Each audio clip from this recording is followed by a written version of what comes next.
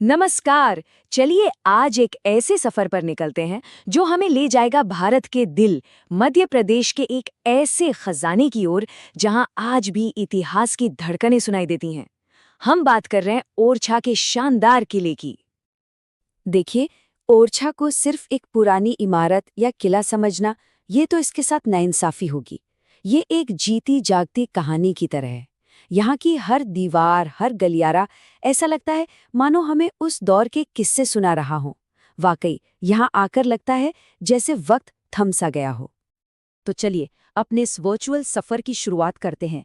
हम हैं मध्य प्रदेश की खूबसूरत धरती पर और हमारे सामने शांत बेतवा नदी के किनारे खड़ा है ओरछा का किला। तो सवाल ये है कि आखिर ओरछा किला है क्या? असल में ये सिर्फ एक किला नहीं है, बल्कि एक पूरा का पूरा कॉम्प्लेक्स है। इसके अंदर आलीशान महल हैं, बहुत पुराने मंदिर हैं, और इन सब को जो चीज़ सबसे खास बनाती है वो है यहाँ की आर्किटेक्चरल स्टाइल, मतलब वास्तुकला। अच्छा, अब जरा समय में थोड़ा पीछे चलते हैं। आइए देखते हैं कि इस शानदार किले की नींव कैसे रखी गई और कैसे ये एक ताकतवर साम्राज्य का सेंटर पॉइंट बन गया। तो कहानी शुरू होती है 16वीं सदी से। तब बुंदेला राजपूत शासक राजा रुद्र प्रताप सिंह ने इसकी नींव रखी थी, और देखते ही देखते ये जगह बुंदेला साम्राज्य की राजधानी और शान बन गई।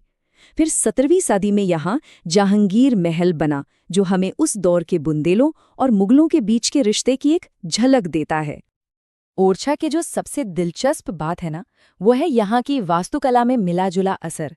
यहाँ आपको राजपूतों का शाही अंदाज दिखेगा, बुंदेलखंड की ज़मीनी कलाकारी नजर आएगी, और साथ ही मुगल आर्किटेक्चर का प्रभाव भी साफ साफ महसूस होगा।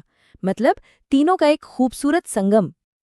चलिए अब किले के दिल में दाखिल होते हैं, जहाँ शानदार महल पत्थरों में ढली अपनी कहानियों के साथ हमारा इंतजार कर रहे हैं। यहाँ हम खास तौर पर 4 महलों को देखेंगे: राजा महल, जहांगीर महल, शीश महल और रानी महल।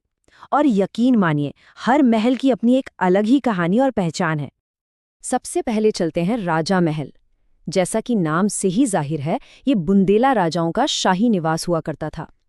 इसकी दीवारों पर बनी ये रंग बिरंगी तस्वीरें देख रहे हैं, इन्हें फ्रेस्को पेंटिंग्स कहते हैं, और ये आज भी उतनी ही जीवंत लगती हैं मानो कल ही बनाई गई हों। इसके ठीक बाद आता है भव्य जहांगीर महल। ये महल खास तौर पर मुगल सम्राट जहांगीर के स्वागत के लिए बनवाया गया था। इसका विशाल आकार, इसकी बनावट, सब कुछ बस देखने लायक है।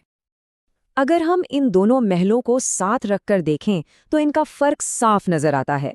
एक तरफ है राजा महल, जो कि एकदम पारंपरिक बुंदेला स्टाइल में बना है, राजाओं के रहने के लिए।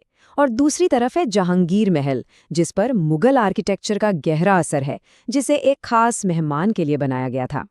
इनके अलावा 2 और महल हैं जो किसी हीरे से कम नहीं।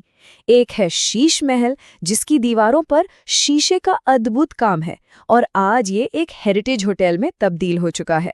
और दूसरा है रानी महल, जो रानियों का निवास था, और ये भी खूबसूरत पेंटिंग से सजा हुआ है।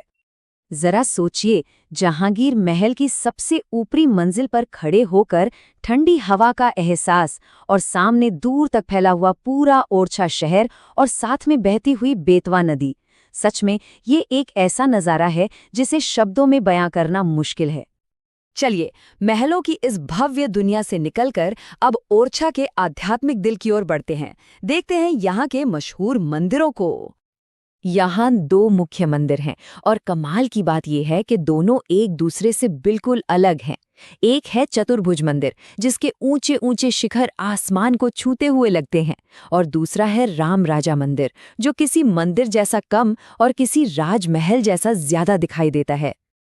पर राम राजा मंदिर की एक ऐसी बात है जो इसे पूरे भारत में बिल्कुल अनोखा बनाती है।